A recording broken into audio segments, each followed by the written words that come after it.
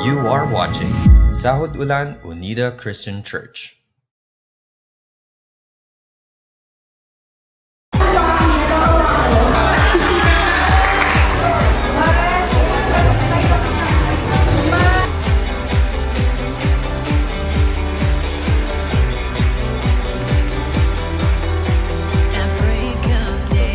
Welcome to Sahod Ulan. We speak your name, we lift our eyes. We call on different groups from the medical Magandang hapon po. community. 200 na nakadagdag sa mga kaso ng COVID-19. ng pagsasailalim sa Metro Manila sa isang John tinatawag Teclebuya. na community Dahil sa quarantine. pinanunod daw ang mga lockdown ang Cavite. Assistant Pastor Mike Solabo as Falcon. Ay.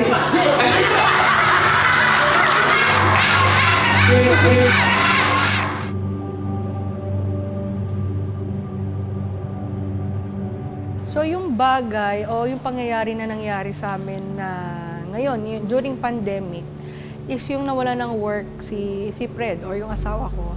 Ganong pumasok itong pandemic na to, unang-una nawalan ako ng hanap pagkakakitaan. Pangalawa, hindi ko malaman kung saan ako kukuha ng kabubuhay namin. Pangatlo, medyo nahirapan din ako sa araw-araw na dumarating sa aking buhay. There's a lack of finances para makarating ako sa agency. And then of course, tanong namin, bakit kaya nangyari yon? To the point na pinakita na ng Panginoon ng reason. May papasok palang pandemic at for sure, piniprevent ng Panginoon na mapahamak ako kung ako ay nakasampa overseas. So yun yung naging malaking challenge sa buhay namin na bilang isang pamilya na yung tanging naging ano namin, nagpo-provide nung pangangailangan namin as a family is nawalan ng source. Madaling araw nun, so birthday ko yun. So nasakto ang birthday ko, September 14. Yun nga, sinabi ng doktor na wala na nga. Very punitive talaga itong pandemic na nagaganap sa lahat ng tao. Hindi lang sa pamilya ko, hindi lang sa akin per se. Nung nag-April, nalaman namin buntis ako ulit. Dapat pangatlong pregnancy namin yun. And then, nung nagpa-check up kami nung April, yun nga nalaman namin na yun, buhay siya, may heartbeat siya. And then, nung the following month, na wala na siya. Dahil nga second na siya na nangyari, di ko alam ba't naiiyak ulit ako. Parang mas masakit pala yung second time. Ayan, pero inaccept namin yun na will ni Lord. Kasi kahit yung doktor, siya mismo sinabi niya na ano naman daw, na wala, there's nothing wrong naman daw with my ovaries, okay naman daw. Yung matres ko, wala naman daw problema. Tapos nakaisang live naman kami, yun si Lucas nga. Kaya yun din ang sabi niya sa amin, baka hindi lang talaga time. Ang nangyari sa buhay ng aming pamilya na hindi ko makakalimutan ay nang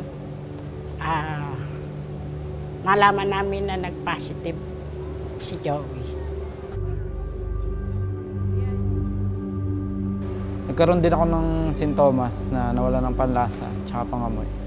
At nahirapan din dahil na sa pag-quarantine na yung takot din na baka mahawa yung pamilya at yung mga nakakasama araw-araw. Dito namin naranasan yung matinding takot at saka pag-aalala.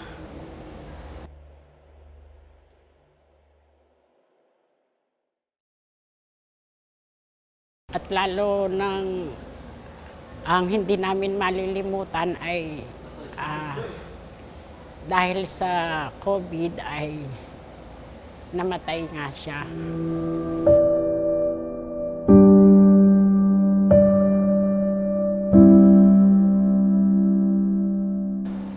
Na-realize ko na ang buhay pala ay gano'n lang kabilis na kahit na hindi natin gustuhin na may kukunin sa pamilya natin na hindi natin inaasahan.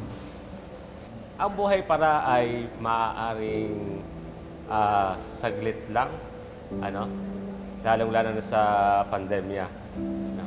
Hindi biro ang makaranas ng ganito dahil ang bawat isa ay hindi alam ang gagawin.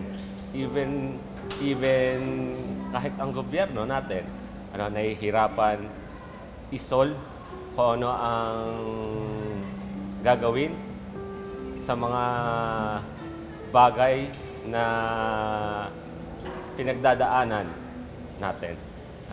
Ang hindi ko makakalimutan na pangyayari sa buhay ko noong dumating yung lockdown ng pandemic ay yung bagay na hindi ko inaasahan. Yun yung ako ay tinamaan ng COVID dito sa Saudulan. Ako lang yung bukod tangi na pumasok sa severe case ng COVID. Kaya na-hospitalize ako. Naging mahirap sa akin na nakakonfine ng aking asawa na hindi ko siya maalagaan dahil siya ay isang COVID patient. Sobrang hirap talaga, yung tipong araw-araw lahat kayo naka-face mask, sabay yung wala talagang interaction sa family mo. Natakot ako noon para sa sarili ko at para sa pamilya ko. Dahil ngayon ko lang naranasan yun na mahirap pala siya talaga. Nag-positive kaming buong pamilya. Talagang di ko alam kung ano gagawin ko. Nag-isip talaga ako na sabi ko, mag-quarantine kami. Di ko alam sino magsusupport sa amin. Romans 8:28, and we know that all things work together for good to them that love the God, to them who are called according to His purpose.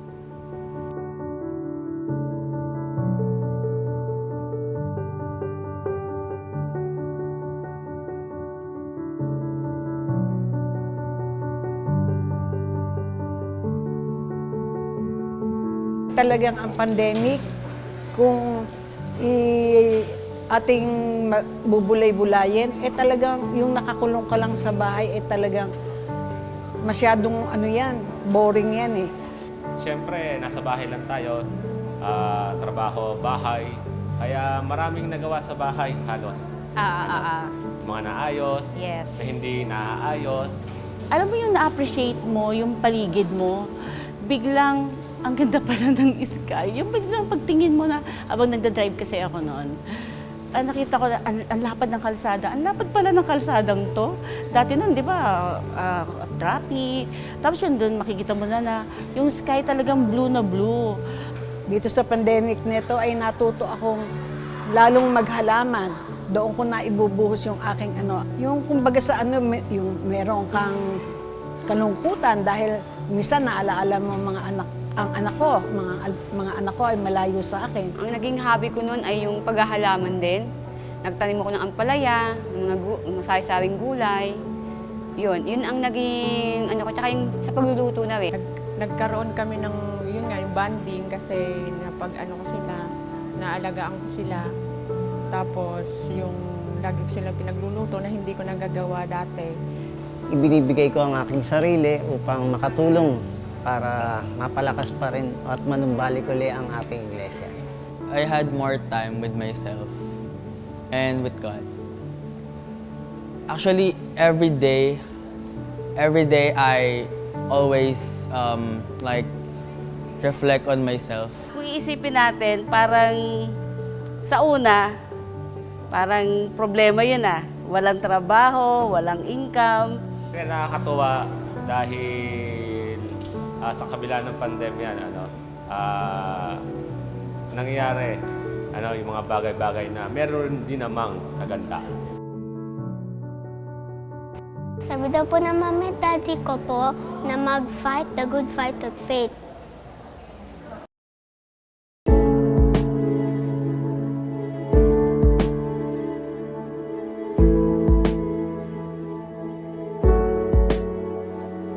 Bakit ako nagpapatuloy sa Panginoon sa kabila ng mga nangyari?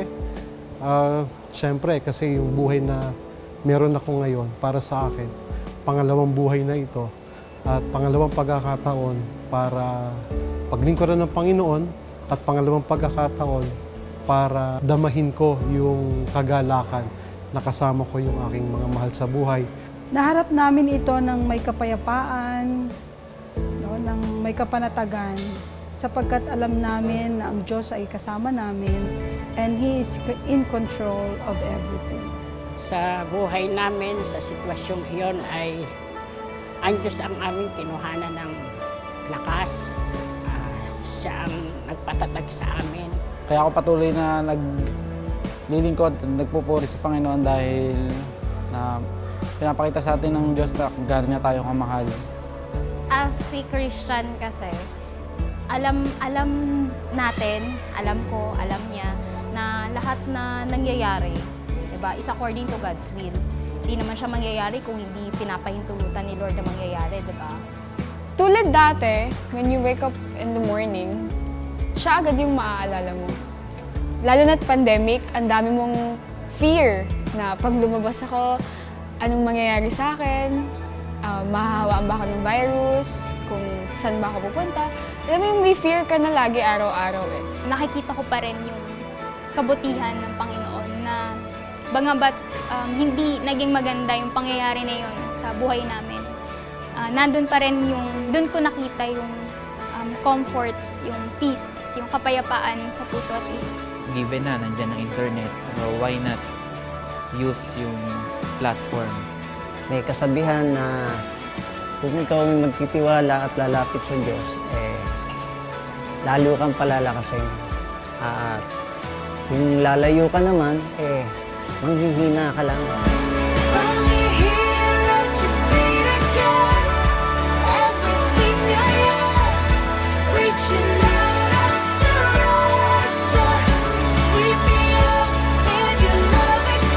God is God. Whether good times or bad times, God will remain a God. And God deserves to be worshipped. And that is the fundamental reason kung bakit tayo ipinanganak sa mundong ito. Kung bakit tayo nilalang ng ating Panginoon. Whether we like it or not, God will remain a God that deserves our worship, our praise, and everything, our undivided attention. Isa lang ang sigurado, lahat ng ito ay nangyayari sa ikabubuti ng lahat ng mga nananampalataya sa Kanya. Kaya hindi kailangan matakot, hindi kailangan mangamba, dahil ang pinakamakapangyarihang Diyos ay kasama.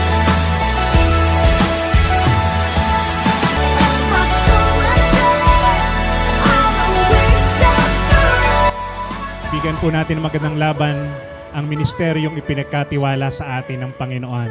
At sa bandang huli, pangalan pa rin ng Panginoon ang maitataas sa buhay at paglilingkod natin.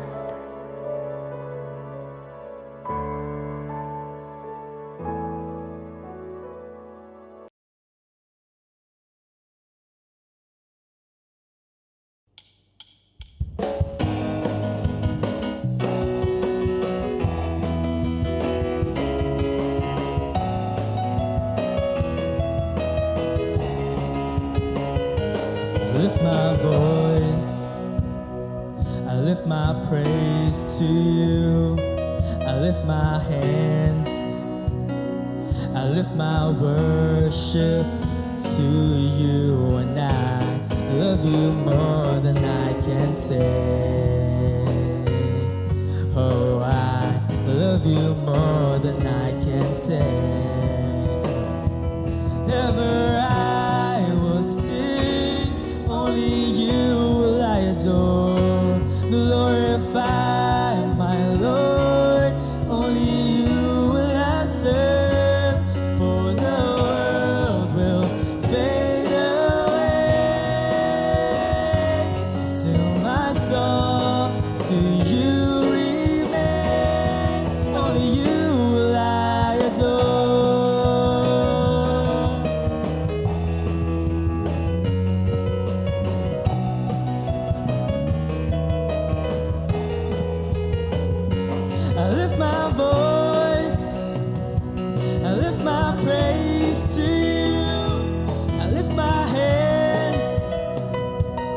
lift my worship to you, and I love you more than I can say. Oh, I love you more than I can say. Ever I will sing, only you will I adore. Glorify my Lord, only you will I serve. For the world will fade away, still my song to you remains. Ever I will sing, only you will I adore. Glorify my Lord, only you will I serve. For the world will fade away, still my song to you remains. Only you will I adore.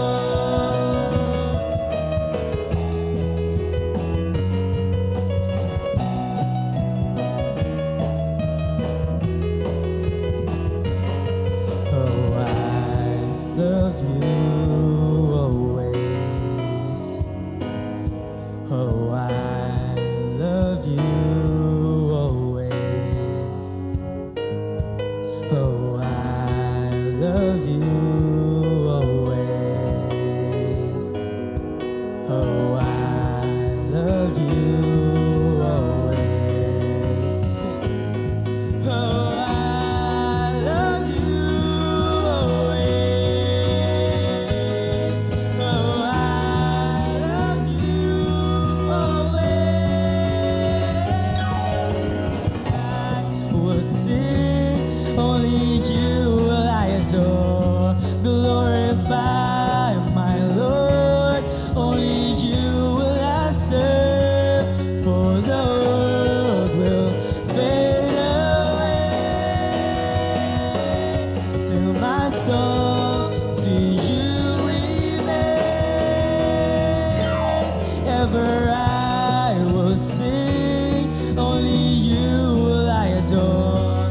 Glorify my Lord, only you will I serve. For the world will fade away, still my song to you remains. Only you will I adore. Only you will I adore. Only you will I adore.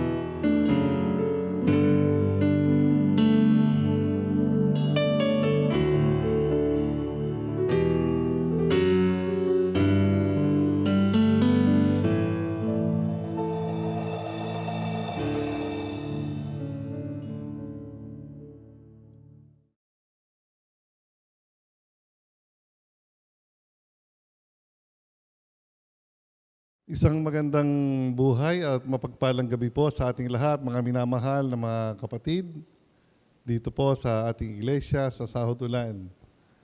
Muli tayo po ay nasa gabi ng Huwebes at dito po ay ating inaalala ang huling banal na hapunan ng ating Panginoon Kristo kasama ang kanyang 12 alagad bago po siya ipagkanulo ng isa sa mga ito at madakip ng mga sundalong Romano.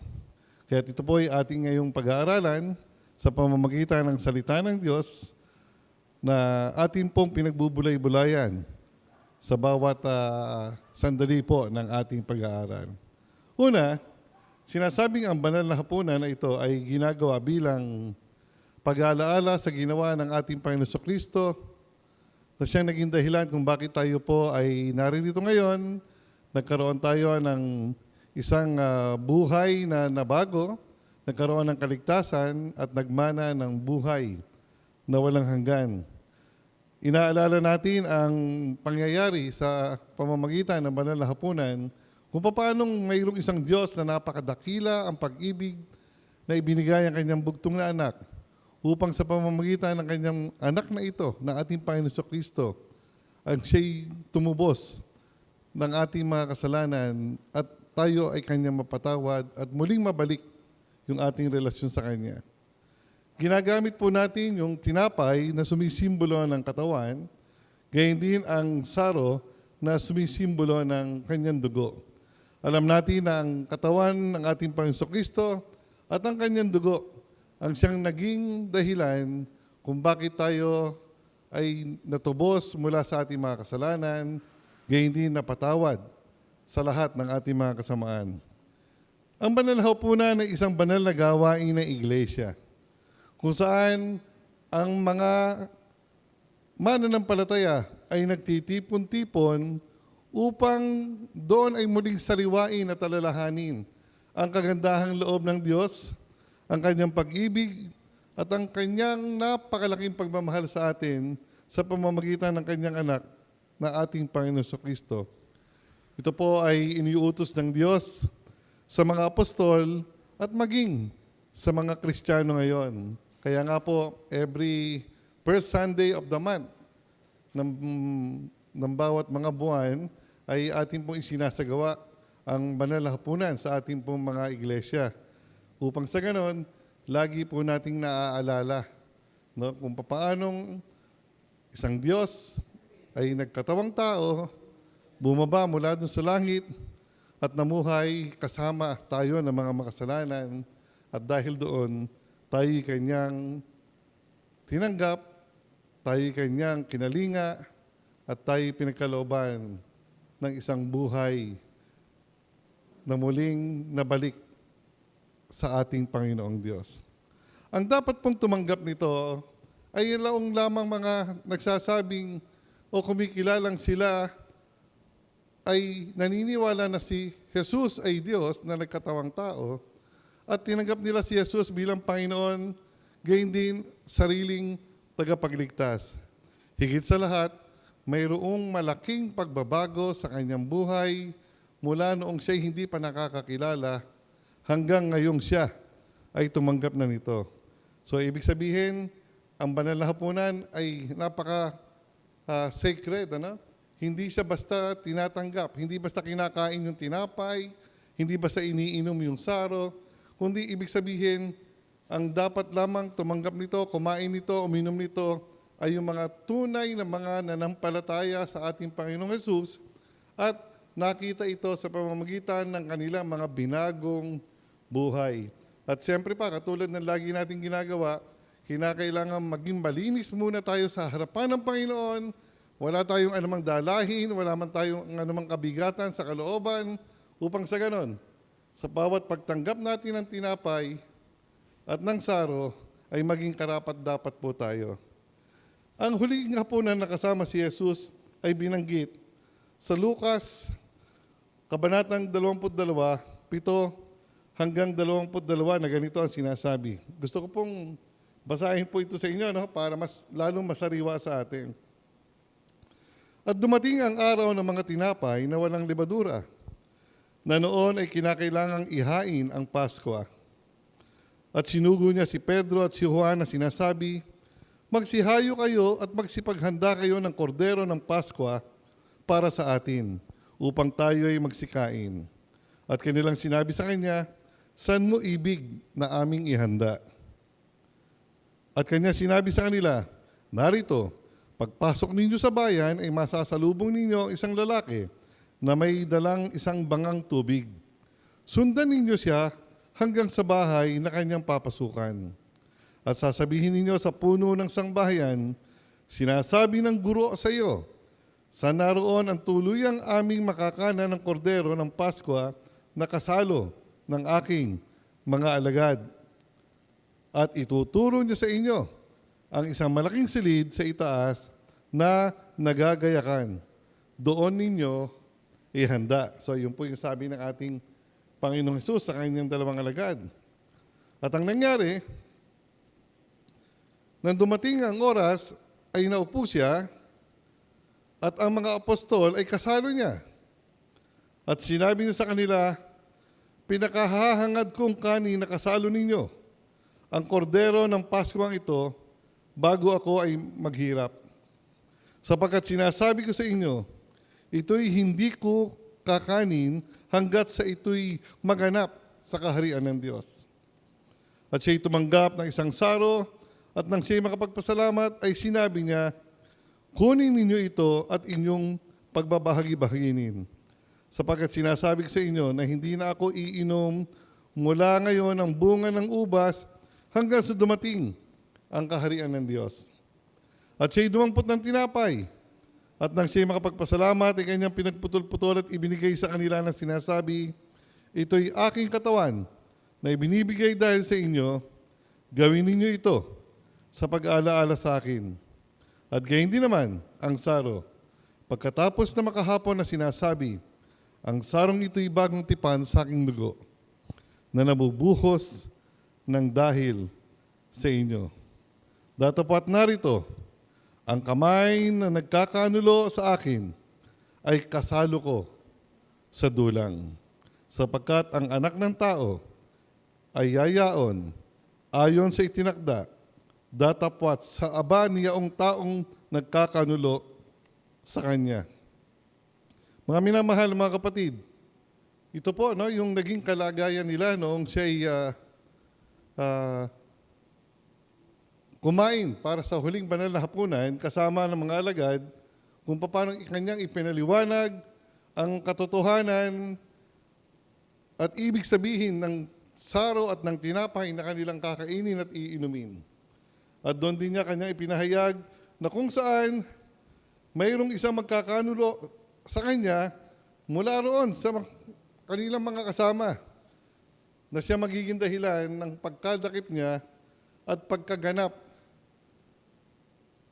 ng kalooban ng Diyos na siya ay maparusahan ng pagkapako sa krus doon sa bundok ng Kalbaryo upang matubos at mapatawad ang ating mga kasalanan. Napakahalaga po, na maunawaan natin ang mga bagay na ito. Ano ang mga utos sa pagganap ng banal na kasulatan o sa pagganap ng banal na hapunan? Ang sabi ng unang Korinto, 11, talatang 17 ay ganito. At sa mga sumusunod, ang sabi niya, "Datapwat sa pagtatagubilin sa inyo nito ay hindi ko kayo pinupuri, sapagkat kayo'y nagkakatipon hindi sa lalong mabuti, kundi sa lalong masama. Sapagkat unang-unay nababalitaan ko na kung nagtitipon kayo sa iglesia, ay mayroon sa inyong mga pagkakabahagi at may kaunting paniniwala ako. Sapagkat tunay na sa inyo ay mayroong mga hidwang pananampalataya upang yaong mga napatunayan na ay mga hayag sa inyo. Kung kayo nga ay nagtitipon, ay hindi kayo maaaring magsikain ng hapunan ng Panginoon, sapagkat sa inyong pagkain, ang bawat isa'y kumukuha ng kanilang sariling hapunan na nagpapauna sa iba. Ang isa'y gutom at ang iba naman ay lasing. Wala baga kayong mga bahay na inyong makakanan at maiinuman o niwawalang halaga ninyo ang iglesia ng Diyos? at hinihiya ninyo ang mga wala ng anuman. Anong aking sasabihin sa inyo? Kayo bagay aking pupurihin sa bagay na ito, ay hindi ko kayo pinupuri sapagkat tinanggap ko sa Panginoon ang ibinibigay ko sa inyo na ang Panginoong Hesus ng gabing siya ipagkanulo ay pinangyari niya at nangyari ang lahat ng patungkol sa huling banal na hapunan. So hindi daw po nababagay sa isang iglesia na hindi nagkakaunawaan at hindi nagkakaintindihan. Mayroong mga damdamin sa isa't isa. Tapos umiinom at kumakain. No? Inihalin tulad ito dun sa mga sinasabing mga nagugutom lang o mga lasing o naglalasing. Kasi bakit? Wala naman kasi sa tunay na pagkaunawa nila kung anong ibig sabihin nito. Ito yung utos sa pagganap nito. Kinakailangang maging maayos po tayong lahat sa harapan ng Panginoon. Hindi niya po tinitingnan kung ano yung iyong ginagawa eh. Kasi pwede tayong magkunwari sa ating mga kinikilos at ginagawa. Ang tinitingnan ng Panginoon lagi ay yung ating puso.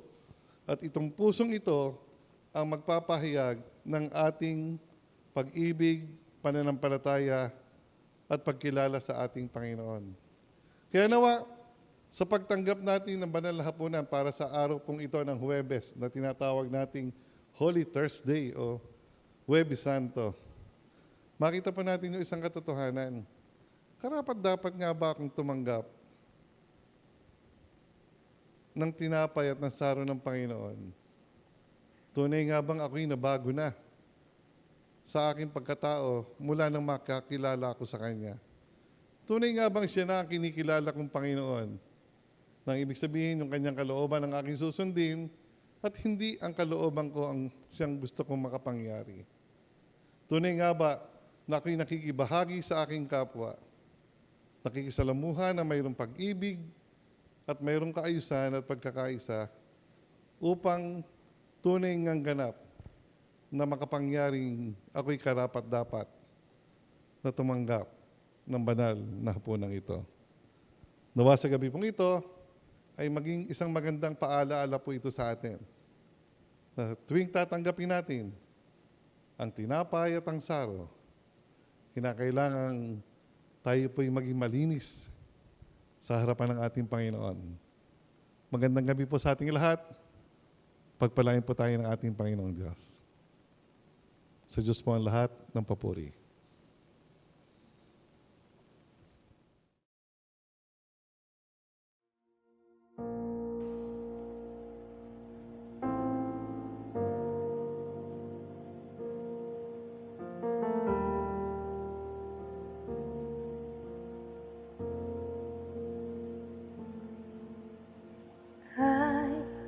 Was a wretch, I remember who I was lost, I was blind, I was running out of time.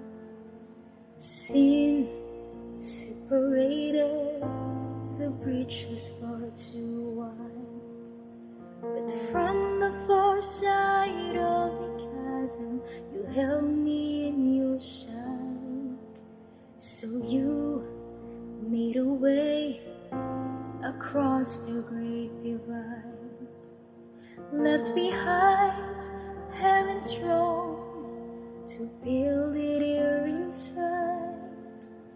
And there at the cross you paid the debt I owed, broke my chains, freed my soul. For the first time I had hope. Thank you, Jesus, for the blood applied. Thank you, Jesus, it has washed me white.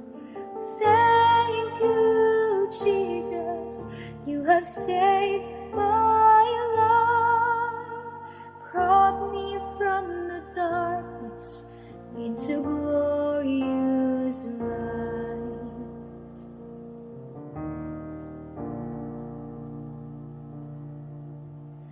You took my place, laid inside my tomb of sin. You were buried for 3 days, but then you walked right out again. And no death has no sting, and life has no end. For I've been transformed by the blood of the Lamb. Thank you, Jesus, for the blood applied. Thank you, Jesus, it has washed me white. Thank you, Jesus, you have saved my life, brought me from the darkness into glorious light. There is nothing stronger than the wonder-working power of the blood. The blood that calls us sons and daughters. We are ransomed by your Father true. The blood, the blood. There is nothing stronger than the wonder-working power of the blood. The blood that calls us sons and daughters.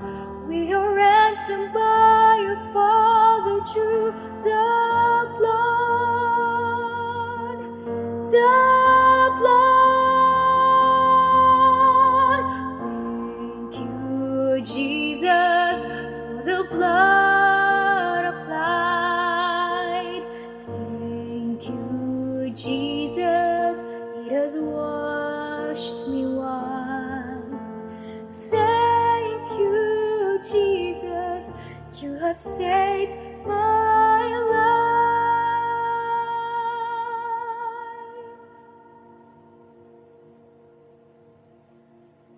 Brought me from the darkness into glorious light.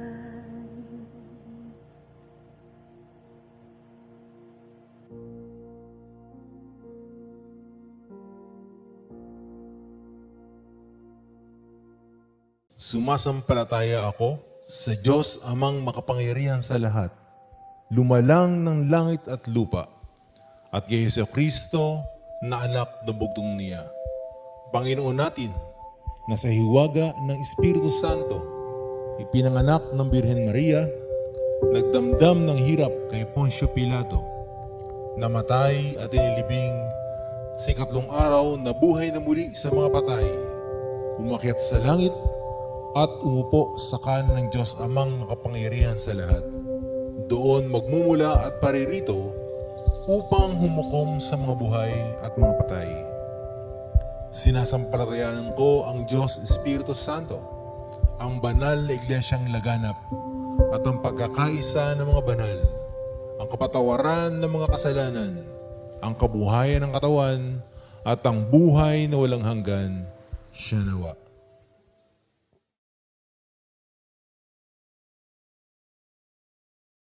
Mga minamahal na mga kapatid, ang banal na hapunan ay isang sakramento na itinakda ng Panginoong Hesukristo ayon sa banal na kasulatan.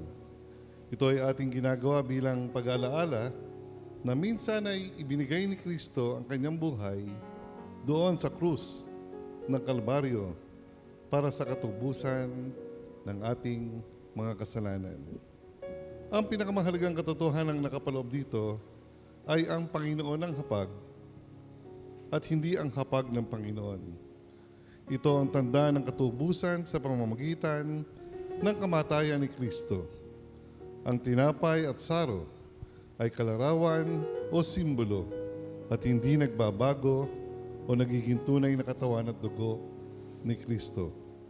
Ang lahat na may karapatang tumanggap nito ay yaon lamang tunay na tumanggap kay Kristo bilang Panginoon at tagapagligtas at nagkaroon na ng pagbabago sa kanyang buhay. Tumayo po tayong lahat at ating pong pakinggan ang salita ng ating Panginoon. Ito ang katuroang tinanggap ko sa Panginoon at ibinigay ko naman sa inyo. Nung gabing siya ipagkanulo, ang Panginoong Hesus ay dumumpot ng tinapay, nagpasalamat at pinagpira-piraso yun at sinabi, ito ang aking katawan na inihahandog para sa inyo. Gawin niyo ito bilang pag-alaala sa akin. Matapos maghapunan, dumampot din siya ng kopa at sinabi, ang kopang ito ay ang bagong tipan ng Diyos na pinagtibay ng aking dugo. Tuwing iinumin niyo ito, gawin niyo bilang pag-alaala sa akin. Sapagkat tuwing kakain kayo ng tinapay na ito at iinom sa kopang ito, ipinapahayag ninyo ang kamatayan ng Panginoon hanggang sa kanyang muling pagparito. Ang sino mang kumakain ng tinapay at umiinom sa kopa ng Panginoon sa paraang di nararapat ay nagkakasala sa katawan at dugo ng Panginoon. Kaya't dapat siyasati ng tao ang kanyang sarili bago siya kumain ng tinapay at uminom sa kopa. Sapagkat ang sino mang kumakain at umiinom ng hindi kinikilala ang kahalagahan ng katawan ng Panginoon ay kumakain at umiinom ng kahatulan laban sa kanyang sarili. Yan ang dahilan kung bakit mahihina at masakitin ang marami sa inyo at may ilan ngang namatay na. Kung sisisatin natin ang ating sarili, hindi tayo hatulan ng Panginoon, ngunit tinahatulan tayo ng Panginoon dahil itinutod niya tayo upang hindi tayo maparusahan kasama ng sanlibutan. Tayo pong lahat ay yumuko, tayo po ay manalangin. O aming amang Diyos na makapangyarihan sa lahat, ikaw po ay aming pinapasalamatan sa sandaling ito sapagkat minsan pa po ninyong minarapat na aming gawin ang ganitong gawain bilang pag-aalaala namin, Panginoon, sa iyong ginawa para sa amin. Sa amin pong pagganap nito, Panginoon, kami lumalapit sa iyo at humihingi ng kapatawaran sa lahat po ng aming mga nagawang pagkukulang, pagkakasala, sa lahat, Panginoon, ng bagay na aming sinabi, inisip, ginawa, Panginoon, na hindi po naging mabuti sa iyong paningin, amin po itong hinihingan ng kapatawaran. Ikaw po, O Diyos, ang nakakaalam ng aming kaisipan, ng aming mga damdamin. Ikaw ang higit na nakakakilala sa amin. Kaya sa sandaling ito, O Diyos, aming pong dalangin sa iyo na kami po'y inyong linisin at patawarin sa lahat po ng aming mga kasalanan sa iyo. Salamat po, aming Ama, sapagkat alam namin sa amin pong paglapit sa iyo ay nariyan ka at nagbibigay ng pagkakataon sa amin at nagpapatawad, Panginoon, sa amin pong mga kasalanan. Nawa, O Diyos, sa amin pong pagtanggap ng mga bagay na ito, ang tinapay at ang inumin na kalarawan ng inyong katawan at dugo, ay aming maunawaan ng higit pa ng inyong ginawa para sa amin ay sagisag po ng inyong napakayamang pag-ibig at wagas sa pagmamahal sa amin. At sa pamagitan nito, aming Ama, ay naisin namin na kami makapaglingkod sa iyo at makasunod po sa iyong kalooban. Marami pong salamat. Ito po ang aming dalangin sa pangalan ni Jesus. Amen. Makakaupo na po ang kapulungan at tayo po ay magpapatuloy. Maliwanag na sinasabi ng banal na kasulatan kung magkasala ang sino man ay meron tayong tagapamagitan sa Ama. At ito'y walang iba kundi ang ating Panginoon sa Kristo, ang walang sala. Sapagkat si Kristo ang handog sa ikapagpapatawad ng ating mga kasalanan at gayon din ang kasalanan ng buong sanlibutan. Kaya kung pinapahayag natin ang ating mga kasalanan, ay maaasahan nating ipapatawad ito sa atin ng ating Diyos. Sapagkat yun ang kanyang ipinangako sa atin kasabay ng paglilinis sa lahat ng ating kasamaan sapagkat siya ay matuwid. Kaya nga, kayo na ngayon na nagsisising tapat ay pinatawad na sa inyong mga kasalanan. Kaya't patuloy kayo magnasang sundin ang banal na kalooban ng Diyos na may buong kagalakan at katapatan. Magsidulog kayo dito na taglay ang buhay na pananampalataya at tanggapin ninyo itong hapunan ng ating Panginoon para sa inyong patuloy na kaaliwan at katibayan ng pananampalataya.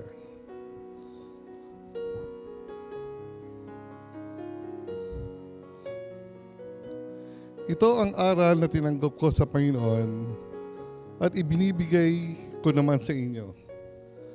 Ang Panginoong Jesus noong gabi sa ipagkanulo ay dumampot ng tinapay, nagpasalamat at pinagpirapiraso ito at sinabi, "Ito ang aking katawan na inihahandog para sa inyo. Gawin ninyo ito bilang pag-alaala sa akin." At gayon din naman, matapos maghapunan ay hinawakan niya ang saro at sinabi, "Ang sarong ito, ang bagong tipan na pinatitibay ng aking dugo. Tuwing iinumin ninyo ito, gawin ninyo bilang pag-alaala sa akin." Mga minamahal na mga kapatid, sa sandali pong ito ay ating gaganapin ang huling banal na hapunan na isinagawa ng ating Panginoong Kristo kasama ang kanyang mga alagad, at ito po'y sabay-sabay natin gagawin kahit diyan po kayo naroroon sa inyong mga tahanan.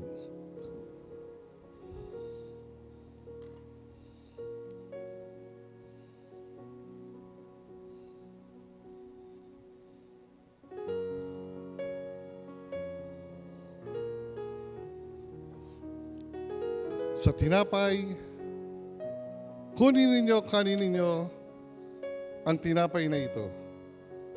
Nakalarawan ng katawan ng ating Panginoon Kristo na nabayubay doon sa krus sa bundok ng Kalbaryo para sa katubusan ng ating mga kasalanan. Sabay-sabay po tayong lahat.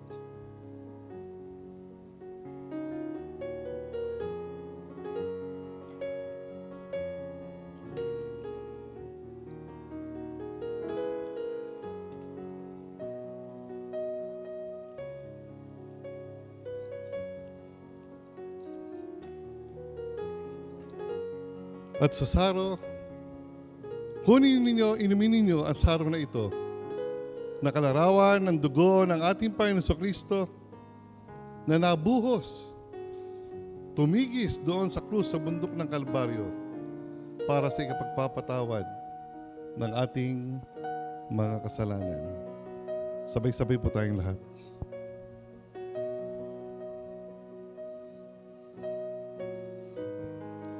Dahil po dito, mga minamahal na mga kapatid, magpatuloy po tayo sa paghayo upang mag-akay na marami pang kaluluwa, sapagkat dahil sa dakilang pag-ibig ng Diyos na ibinigay niya ang kanyang bugtong na anak para sa atin, tanda ng pagkabayubay niya doon sa krus sa bundok ng Kalbaryo upang makamit natin ang kaligtasan at magkaroon ng buhay na walang hanggan. Humayo po tayo na mapayapa at patuloy po tayong gumanap ng ating tungkulin at kalooban ng ating Panginoong Diyos. Tumayo po tayong lahat at awitin po natin ang Doxologia.